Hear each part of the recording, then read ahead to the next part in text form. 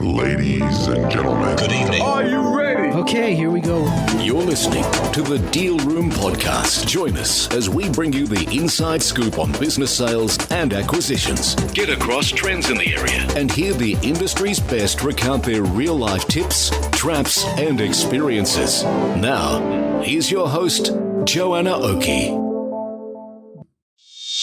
Hi, it's Joanna Oakey here and welcome back to the Deal Room Podcast, a podcast proudly brought to you by our commercial legal practice, Aspect Legal. Now, today we have a really interesting, different approach to what we usually take. We're actually having another Conversations at the Coalface. Conversations at the Coalface is where we have on a guest who has been on the inside of one or multiple acquisitions or exits, so they can tell us what it feels like from a different perspective to the usual perspective we're talking about from the owner or the buyer or the advisor perspective. So today's conversation at the Coalface is with Katherine Frazer, who was a practice manager of a dental practice at the point that it was sold after her being there for many years and the owner owning it for more than 40 years. And she talks about her experience and the experience of the other staff in being in the middle of this sale and some of the issues that she saw that had occurred and some ideas that she has for buyers about how to avoid some of these issues in the transition phase when a buyer acquires a business or a dental practice, like this example. We also drill into the missed opportunity for the vendor in this instance, and I think it's a really insightful discussion for anyone who is looking to sell the business either now or into the future, and also to buyers who are interested in looking at buying a business into the future. So buckle in, here we go with Katherine. Katherine, hello. Thank you so much for joining me on the podcast today. No problem. Look, I'm really excited about this discussion today because I'm always excited when we can get into talking to people at the coalface, because I guess sitting here in the position of advisors, we have one perspective, but it's always great to hear the perspective of people who are in the inside of a deal and feeling how they feel about it all. Now, one of the things that we're particularly talking about today is, I guess, the potential missed opportunities, and your example here, we're going to dig into the missed opportunities here for the vendor in this deal. But the second component of where I'd love to go with you, if we can, is a little bit into how it feels to be in the middle of a deal and what you see as things that, perhaps went wrong that could have gone better, or I guess tips that you might have for some of our listeners now that you've had the opportunity to be on the inside and see what it looks like to have gone through this process. Yeah, for sure. With a really unique insight, because you're coming, I guess, from a far less emotional perspective than what the vendors or the buyers are coming from. So everyone has their own position and their own insight based on their own situation as to how they're looking in. But I think this is a really important one, how the staff feel and what happens in the environment that can make or break a deal from your perspective in relation to what you had experienced in this deal. So let's step back just to give some background. Can you give us a bit of a quick background about you and then what this business sale related to? Yeah, sure. So I've been in the dental industry for 22 years now. Started out as a dental nurse, got all my qualifications and really loved it. I found it was a job, it wasn't something that I thought that I'd enjoy, but it was something that I really did enjoy. And later on, I went on to do some more study for my practice management qualifications as well, and moved out of the surgery and into administrative side of things. That was probably about 16 years after I started. So I've got quite a broad overview of how a surgery is run and just all the cons and pros. Yeah, and so it's been an interesting journey working with different dentists, different practices. The practice that I was working in quite a few years ago now was a single dentist practice. He was bit older and often joking about retirement. And so for all of the staff, because it was only a one dentist operation, there was just a small team of 4 people. But we all knew that at some point he'd come to us and say, you know, I'm either going to sell or I'm just going to retire and close, or, you know, we didn't know exactly which way he was going to go. We just knew that, you know, he was coming to the end of his career. And it was a practice that had been there for a long time. He'd actually worked in it for over 40 years. Wow. Yeah, and he'd bought it from another dentist back in the day. So it had a great number of patients, a great reputation. We didn't do any advertising at all. We didn't even have a sign on the door. Just people found us, people knew about us. It was just a great little practice. Wow. But even knowing that he was thinking about retirement and joking about that to us, we were still a little shocked when he came to us one afternoon and just said, I'm just letting you know that I've sold the practice and the new owners will be here next week to meet the team and see how we do things, and we'll give you a bit more information then. It was just kind of like, I'm waiting for that conversation, but then when it came, I still was like, oh, wow, like he just said it. He's done the deal. And you thought that there would be some sort of discussion. And do you know what? This is such an interesting point, because so many vendors that I talk about are really concerned about talking to staff at all about their thoughts and ideas. Well, yes, you run the risk of losing employees as well, because they don't understand the process. Then they get scared and they think, well, you know, I could potentially be out of a job, so maybe I should start looking now so I have my employment security. So there is a risk in putting that on the table and being open about it. But I think you have to assess the team that you have, how long they've worked for you, even how old they are, because someone that's going to be a bit older is going to have a little bit more maturity and be able to have a conversation like that. And look, I guess you're saying the reality is he didn't have that conversation with you, but you all knew it was coming anyway, even though he hadn't been open about discussing it. Yeah. So the fact that he hadn't been open about discussing it meant, that, you know, even though it seemed obvious to you all, it was a surprise at the time, which isn't a great thing, you know, that can create instability.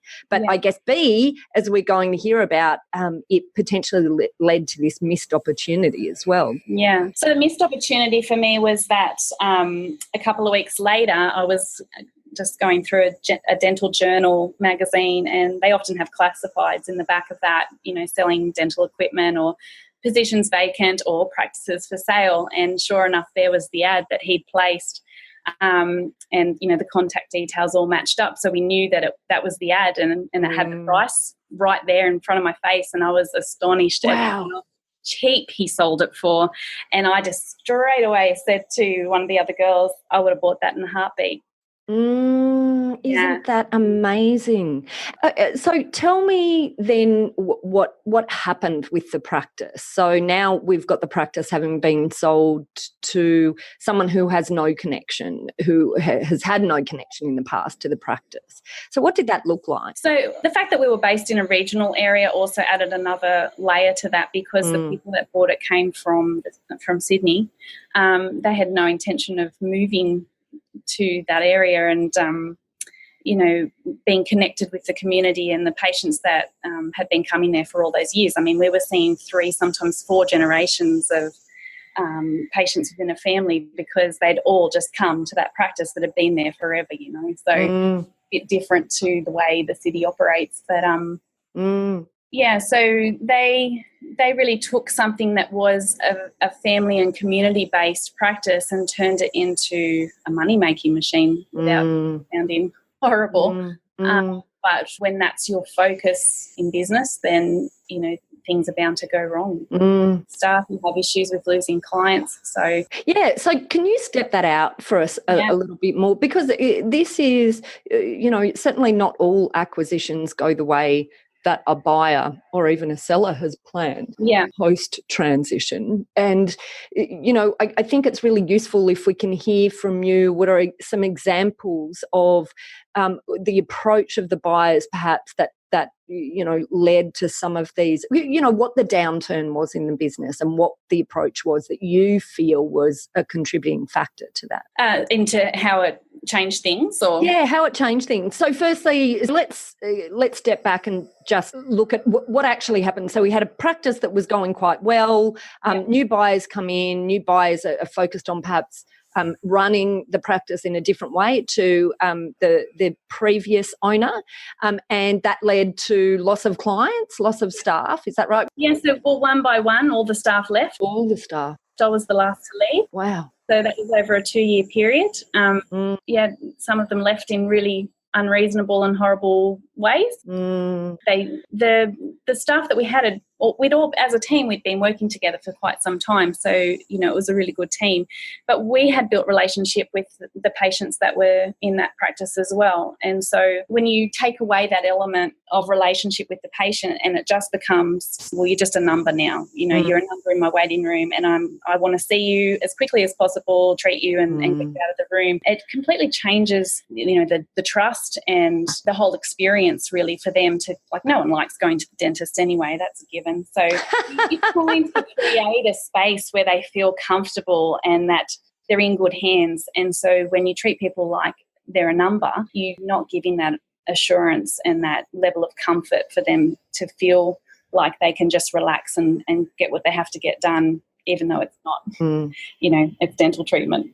And so all the staff left in the end, a large client attrition. Do you have any idea sort of the level, like, are we talking about half the clients left, or was there a very large act? Or in the time that I remained there, it'd be hard to say. He had quite a large patient database, but I still work in the same town at another practice, and we've gained many of their patients. So I can only imagine that their numbers are declining and not going so well. A huge number of people. I mean, again, people don't like change either. So when they've been seeing a particular dentist for a certain amount of time and they have that level of trust and relationship from that health professional, then once that's gone, then you've got to rebuild that with the person that's replacing that health professional.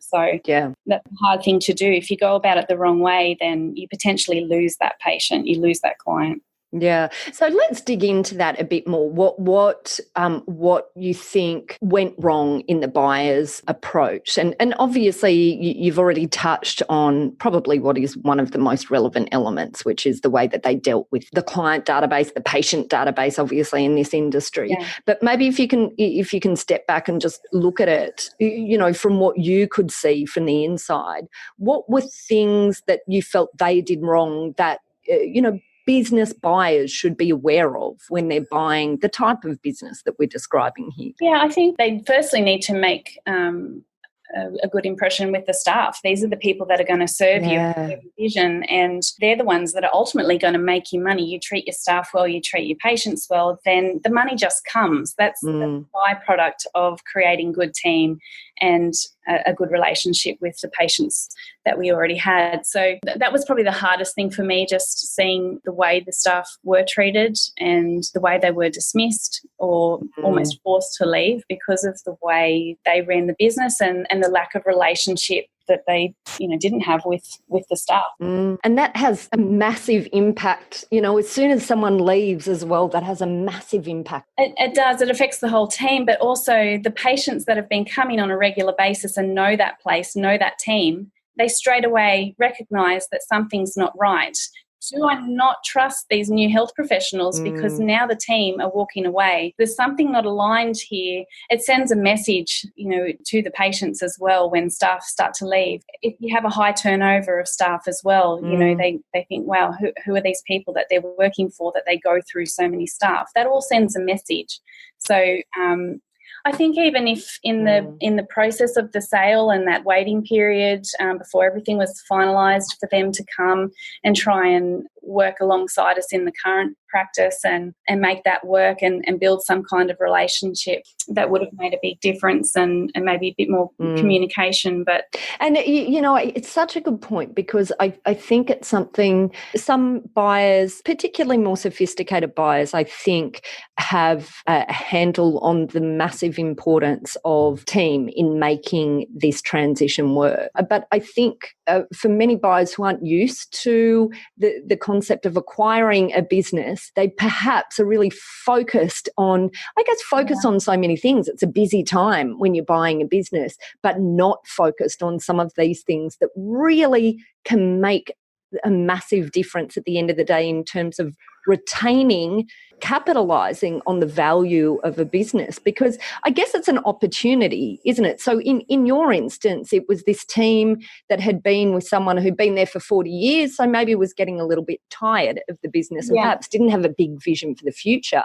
And here's the opportunity for a buyer to come in with a vision that they sell to the staff and, reinvigorate things, or in the case that happened in your case, fail to create strong relationships, fail to provide a vision, and ultimately end up losing all of the staff and the knowledge that was around. Well, the interesting thing on that too, just still talking about losing staff, is that the dentist that sold the practice, I believe he still wanted to work part-time and phase himself out without, selling the business. That releases him to not have to take on the responsibility or the costs of running the business. He doesn't have to carry that weight anymore. But I think he was still really keen to continue working, even if it was only 2 days a week. So having said that, I was going to say that, another issue in terms of staff is the rate of change. So implementing new systems and new procedures and all these, we've got so many different types of software, dental software and things now, and different types of equipment. Implementing that too quickly as well creates an issue for the staff. But one of the people that also left was the actual dentist that sold the practice. So he couldn't cope with the rate of change in terms of, especially someone that's been doing something a certain way for so many years. He's now got someone that he has to answer to. He's not his own boss. He has to learn new software and new ways of doing things based on what the new owners want. So I think going back to how can you make it easier in the buying process or the changeover process, that you really make the staff participate in the change process. Don't try and change it overnight and do 50 different things. Implement something one by one and let them get the hang of it, instead of bombarding them with a whole bunch of stuff and leaving them feeling overwhelmed and incapable and go, I'm out, I can't do this. It's a really important insight. This is brilliant stuff. I absolutely love it. And do you know if the seller had any sort of retention or anything riding on the business retaining clients for a particular period of time post-sale? Yeah, there was. I'm not sure what the details were, but I do know based on some of the associates that they hired after that, they all had a 100-kilometre radius, not being able to work within that 100 kilometres. And part of the issue here is when vendors, it's important for vendors to be interested as well in the steps that buyers are going to take in, I guess, dealing with the transition of the business after completion.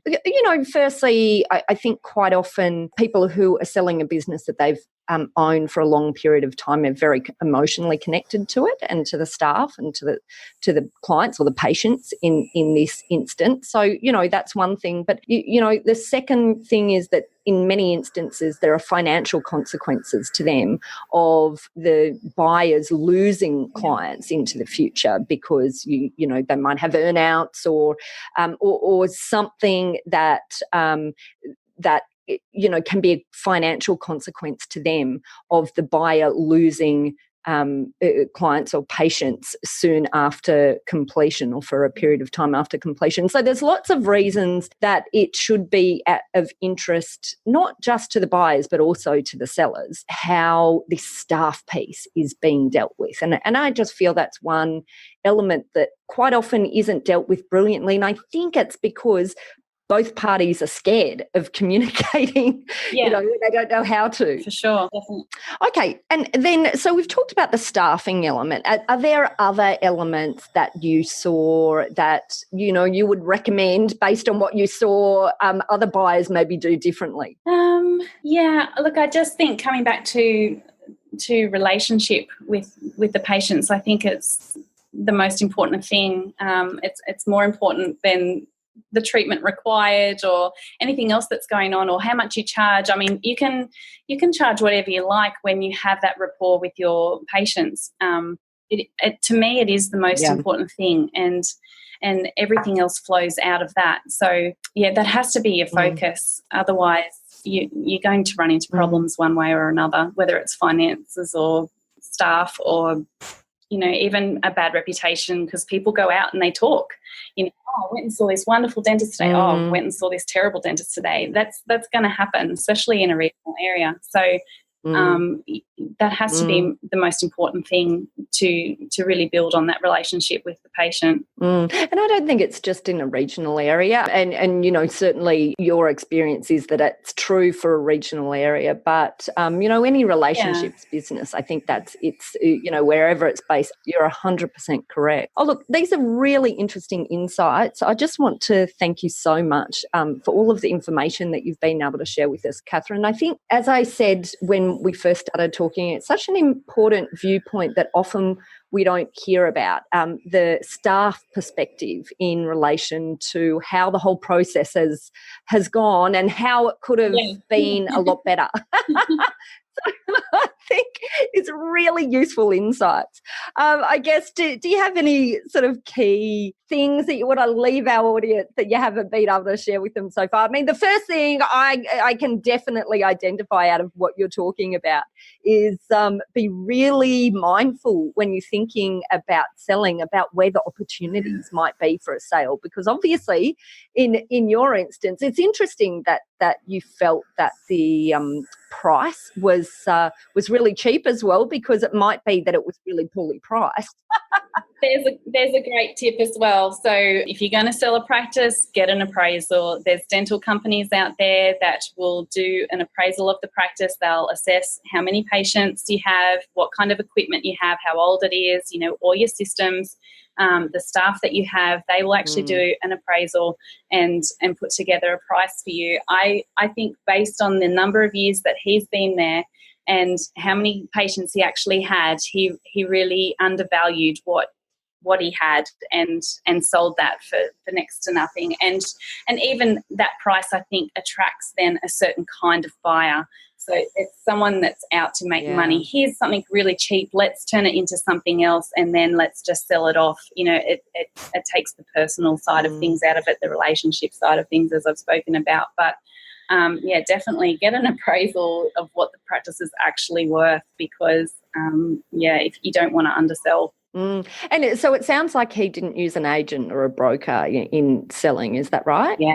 Again, I don't know the details because he didn't communicate anything to us. Yeah. Although if he's advertising himself, although you don't know, but... I think it was just maybe a bit of an old school, let's put an ad in a magazine. Yeah. When I saw the price, I was already struggling a little bit with the changeover, but then when I saw the price, I was like, oh, wow, I would have bought it in a heartbeat. He could have stayed on and he could have had his own terms. I wouldn't have minded. He was such a wonderful person to work for. And then I probably would have just taken on an associate that would slowly increase as he decreased and transition that way, which also would have made the rate of change an appropriate rate of change for the staff as well. So that, hindsight's a great thing. It didn't happen, but that is a bit of insight from someone that's been in that situation. Yeah, what a missed opportunity here. But it's a really interesting tale, and hopefully something that gives our listeners a bit of insight into if they're looking at gearing up for a sale of their business, just some things to think about, some really good points to make sure they don't miss the same type of opportunity that your ex-boss missed. Well, look, I just want to say a massive thank you, Katherine. You've been fabulous. This has been really useful. I've loved it. I hope you have too. Yes, thanks for having me. My pleasure. Well, that's it for this episode where we had another conversation at the Coalface talking with Katherine Frazer all about her experiences from the inside when she was part of a dental practice that was sold and things didn't go exactly to plan. There are a few key items that I'd really like to highlight from my discussion with Katherine because I thought it was extremely insightful hearing her perspective. Her first tip is to think early about communication with staff. So obviously there's this question for many sellers of businesses as to whether or not they should communicate their potential plans to the staff. Katherine makes an interesting point that the staff in this instance had already been well aware that this would be on the cards at some point. And so in this instance, the seller's decision not to have some sort of communication with the staff over time about his plans for the practice meant that he missed a golden opportunity for making a sale to a potentially perfect buyer in a staff member. But of course, it's not just about communication prior to the sale, and many sellers have very good reason for not wanting to communicate their ideas of a sale to the staff due to perhaps perceived instability that may cause. But Katherine also pointed to the benefit that is there for communicating to the staff as soon as possible after exchange has occurred. So to ensure that that transition is something that the staff are ready for and geared up for and not perhaps surprised by when it comes about. Katherine also pointed to the importance in slowing down in implementing wholesale new systems. Of course, when buyers go into a business, they're often extremely excited about the opportunities within the business and have all sorts of ideas about how it could be run much better. But it's a really good point from Katherine about the instability that constant rapid change in systems and processes and approaches can have on the staff. So if you're looking at it from a staff perspective, then it's really important that you really slow down and think about pacing out the change process for new systems. And Katherine had a great idea about making staff or inviting staff to participate in the change process themselves so that they feel some sense of ownership and connection to the process that's going on. Well, this has been a great episode. I hope you found it interesting. If you would like to see further information about what we talked about today, then just pop over to our website at thedealroompodcast.com. There we will also have links to our legal eagles at Aspect Legal. If you're gearing up for a sale or an acquisition and you want to talk to lawyers who've been around the block more than a few times, who can give you some of these insights into the sorts of things that we see that contribute to a great deal and that can be risks in creating to problems in deals. We work with clients both big and small and have different types of services depending on size and complexity. So don't hesitate to book an appointment if you'd like to find out how we can assist. Well, that's it for today. I hope you enjoyed our episode today. Thanks again for listening in. You've been listening to Joanna Oakey and the Deal Room Podcast, a podcast proudly brought to you by our commercial legal practice, Aspect Legal. See you next time.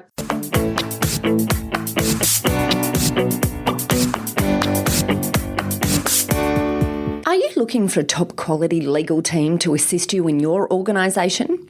Aspect Legal is an innovative commercial legal practice that specialises in providing fast and professional services for their clients. If you'd like to chat about how we might be able to assist you, simply head over to our website at aspectlegal.com.au to book in a time for a free discussion with one of our lawyers. Ladies and gentlemen. That will conclude this evening's entertainment.